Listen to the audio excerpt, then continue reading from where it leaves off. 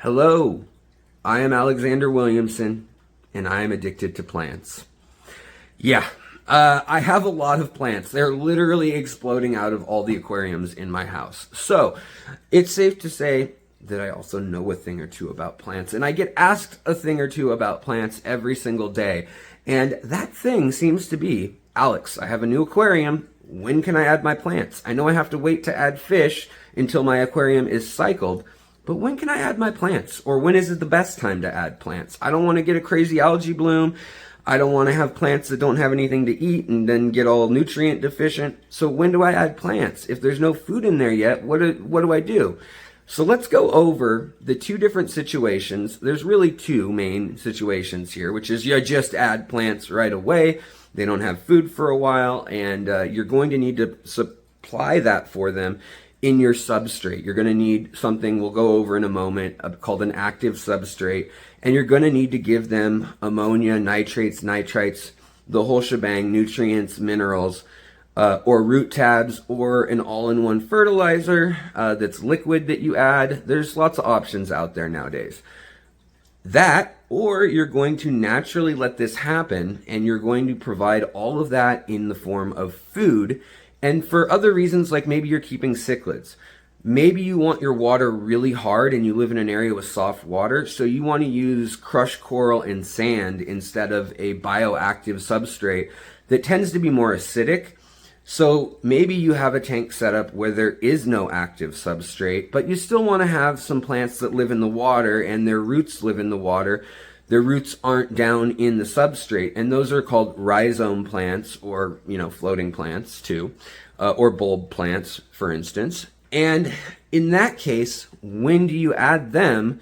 When they have a source of food, what's the right time? So let's go over all that. Let's look at some of the different substrate options and things, and let's clear all this up real quick. All right, let's say your end goal is a crazy planted tank like this one where it's overspilling with plants, 50-gallon tank, and you want some medium-sized fish like angelfish in here.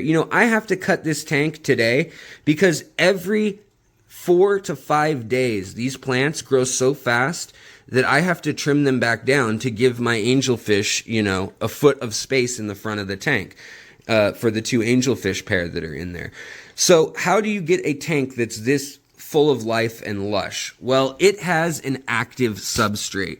So pardon the glare, but you will see layers of iron, layers of roots, layers of calcium and minerals and shells. This is 5 or 6 years of life, and there's all sorts of fungi and bacteria and little life forms that would be out in the wild in this layer here called mulm. And pardon my fingernails, I've been working in the tanks. But this mulm is actually a bioactive rich layer that is full of the waste of our fish. So our fish eat things, they go to the bathroom, and when they go to the bathroom, they have ammonia in their waste. They have nitrogen in the form of ammonia and in the form of other nutrients, and all that goes both into the water, and that's why we do water changes, but also it settles down into your substrate, into layers. And over time, you'll actually form your own layers. So this whole top layer is formed by fish waste and not gravel vacking. And some people want a pristine looking tank that's super crystal clear and has a glass bottom. Well, that's not really the kind of tank you're going to have good success with plants in. So if you want success with plants, you're going to need a substrate that has food for plants. And if it doesn't have years of plants being broken down, food being broken down, because the other thing that gives nutrients to plants is dead plants, so leaves that fall off of other plants. And then you have snails, you have shrimp, you have bacteria, you have fungi. All of that's breaking this all down. And all of this layer that's exposed to oxygenated water is going to have beneficial bacteria, the same bacteria that's going to be in your filter. So just like you have a filter, maybe you have a canister filter, maybe you have a sponge filter, maybe you have a hang on the back filter like this one with you can actually put plants in it, and that will help eat the nitrates, nitrites, ammonia out of it. Hopefully, if you've cycled your aquarium, you're just going to have nitrates in that filter. But, so we've talked about it now that your plants, if you want plants, they're going to need a base with nutrients. They're also going to need a light that gives them enough energy to photosynthesize. So let's pretend you have those, because a lot of the kits at stores like PetSmart and Petco, they don't actually give you strong enough lights to be doing the photosynthesis that needs to be done under, say, 6 inches or a foot of water, or with certain plants, like colorful species of plants. So you need to do your research on how strong of light you want, what kind of plants you want to grow, and so on and so forth. But even for the easiest plants, even for plants like Anubias, yes, this is a giant Anubias that's just super old, they need nutrients in the water. And these are probably your best bet for plants if you don't want an active substrate with all those nutrients in it. You're probably going to want to use plants like that, or like this fern, which is called Bulbitis, or Bucephalandra, or other forms of Anubias that are out there. Hydrocotyle is another one, or pennywort or moneywort, or any of the numerous floating plants like salvinia here, or duckweed, or water lettuce. All those are great because they feed right from your water column. They're going to pull the nutrients out of the water, even if you don't have a substrate that is giving home to that nutrients. Now, if you don't have a substrate that is active, you don't have a earth-based or clay-based nutrient-rich substrate, what will happen is your plants will run out of energy because you're doing water changes and you're removing all those nutrients from the water if you're keeping up with your water changes.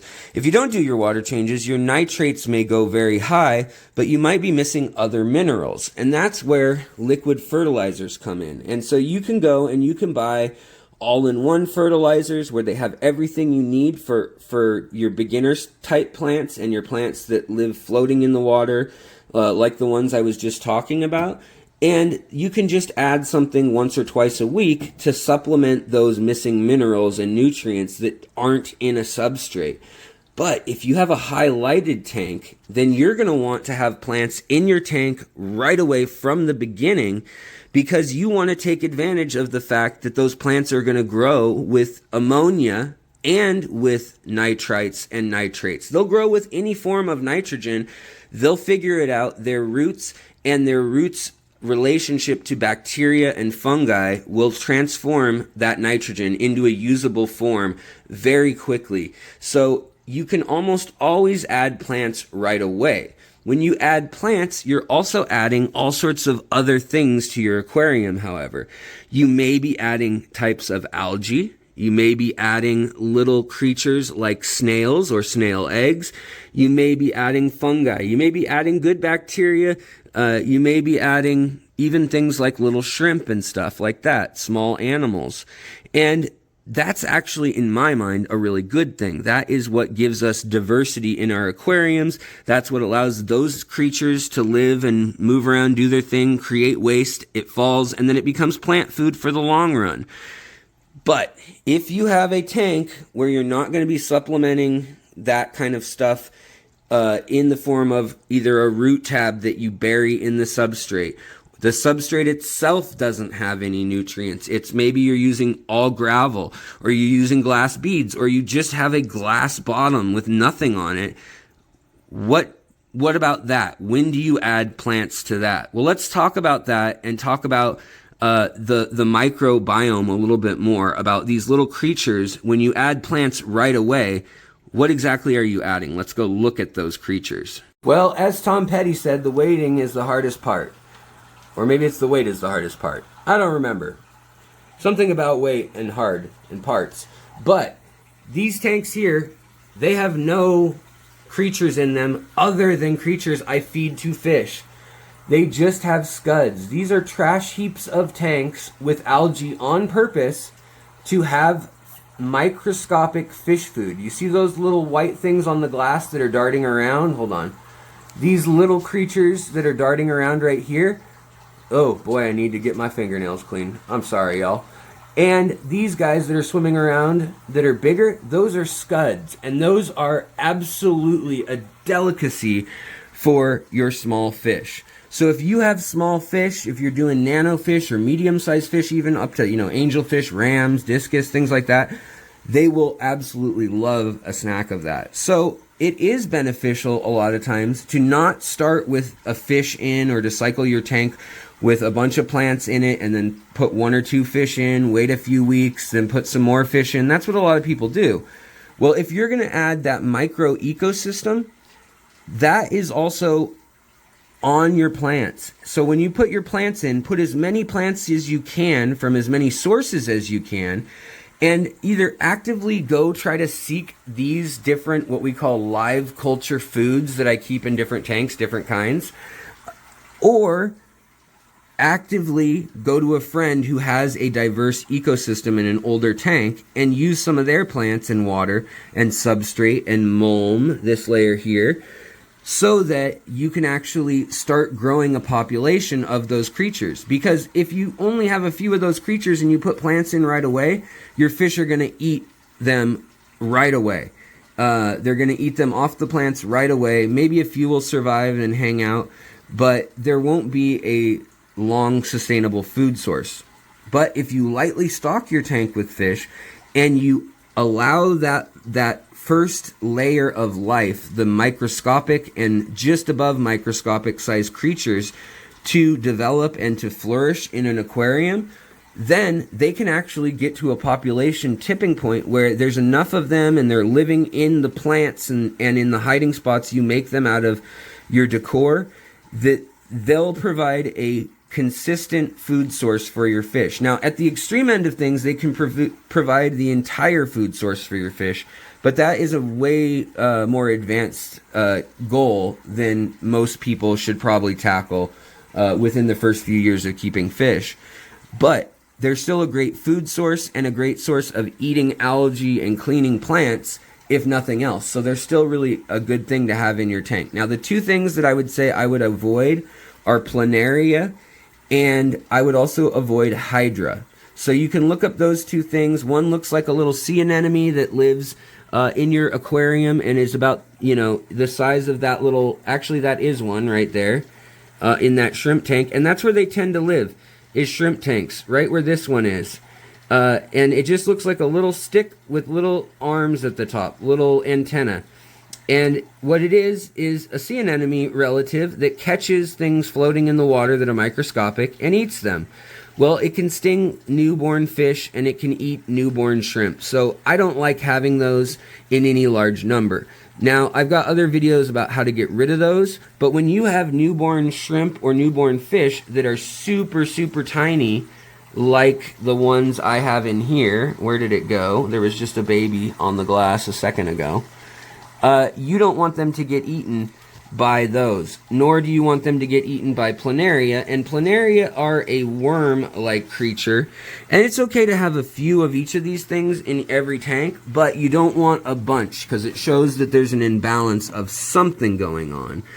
But planaria, there's how small some of the baby shrimp are. So here's a normal adult shrimp compared to my finger, still pretty small, but look at the babies. The babies are those two little guys right there on the glass that it's not even focusing on well. So they can be eaten by microorganisms, which is a bummer. So you want to make sure that those aren't developing. And sometimes it's nice to start your tank and then be able to keep an eye out for the hydra, for the planaria, or for an algae bloom, and be able to treat it and have your tank looking nice before the full thing is set up. So let's say that you went the route, though, or maybe you have cichlids or something that lives in a harder pH, and you didn't use an active substrate. You're using glass bottom, or you're using sand or stone or glass beads, and you're not using one of the enriched substrates that has ammonia or nitrogen in it in some form and the other minerals. In that case, I would say you can add anything like a rhizome plant, like moss, like java fern, anubias, various ferns like bulbitis, and simple crypts like these. you can add them right away. That's one way to do it. Or you can wait a week or two and allow one fish or just even some flake food to establish and allow your filter, whether it's a hang on the back filter or a sponge filter or the canister filter we looked at, to actually keep up with that, converting the nitrogen cycle from ammonia to nitrates, or nitrites to nitrates. And once they are making nitrates, there will be food for your plants. You can skip all this and start the first day with root tabs or with those pump bottles of nutrients if you want, though. But it's best to have the active substrates. And the downside is you have to wait before you put fish in if you're using a very active substrate. So something like ADA Amazonia, like you see here, like you saw in the other really lush tanks, this stuff has so much ammonia, nitrates, nitrites, and nutrients in it that it needs to have a strong bacterial population in your filter and on your surface areas to be safe for your fish. Otherwise, your fish, they'll start testing positive for trace amounts of ammonia. The little green test in your test kit looks bright yellow or green usually. Now, you can get fluvalstratum that is a great product, but it lacks the nitrogen, nitrates, nitrites. It only has the minerals you're going to need. Same with things like fluorine. This is actually by Brightwell Aquatics, but a lot of people call it fluorine. This is a shrimp-focused one, and it's kind of pricey, $56 for a bag, right? That's 15 pounds for $56. It's a little pricey. And so are the nutrient-rich ones. However, this will set your tank up for literally 2 to 5 years of growth, especially in the ones that have the nitrogen in it, in the long term. And you can have a crazy lush tank growing, whereas if you're using things like glass, gravel, things like fluorite chips, then you're not going to be able to have much life other than however much liquid fertilizer or root tabs you're adding to your tank every week or every month or every few days, however you want to dose it. All that depends on your light, your water changes, and your fish load.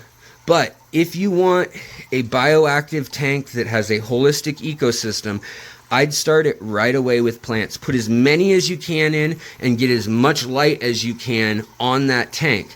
Within a month, you'll have your first algae bloom, and you're just going to have to work through it. It's just something that happens to planted tanks, and I have a whole video about that. So if you're at that stage, I hope that you go check that video out now. Otherwise, I hope this video helped to maybe demystify a few things for new folks, and I will talk to you guys next time. Thank you so much for watching, and have a great day. I will see you guys next time.